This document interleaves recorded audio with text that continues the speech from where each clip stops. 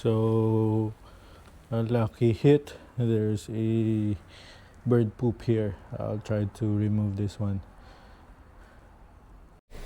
So this is my first use of also of my Active 2.3. Okay, so it's really creating good foam.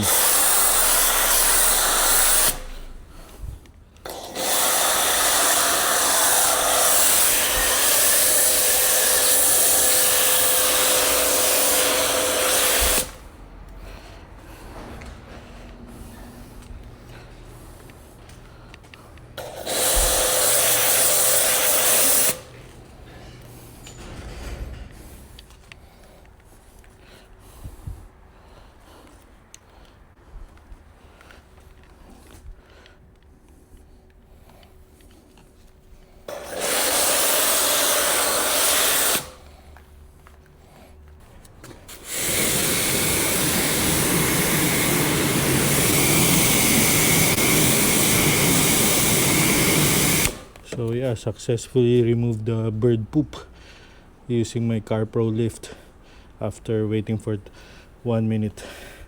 And yeah.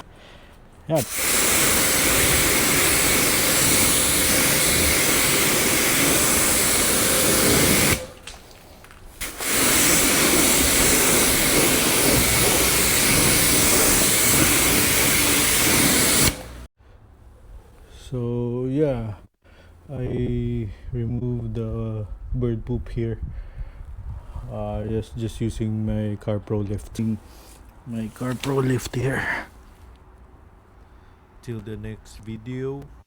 Bye for now.